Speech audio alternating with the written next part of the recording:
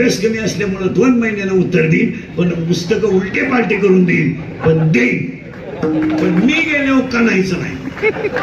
मला पटलं नाही. तुझं तुझ्या बायकोचं पटलं मला.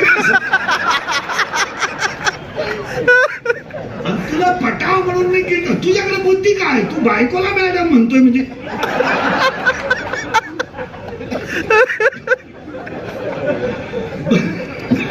बायकोला मॅडम म्हणणारी माणसं आहेत. हा विद्यार्थी हुशार किती असो.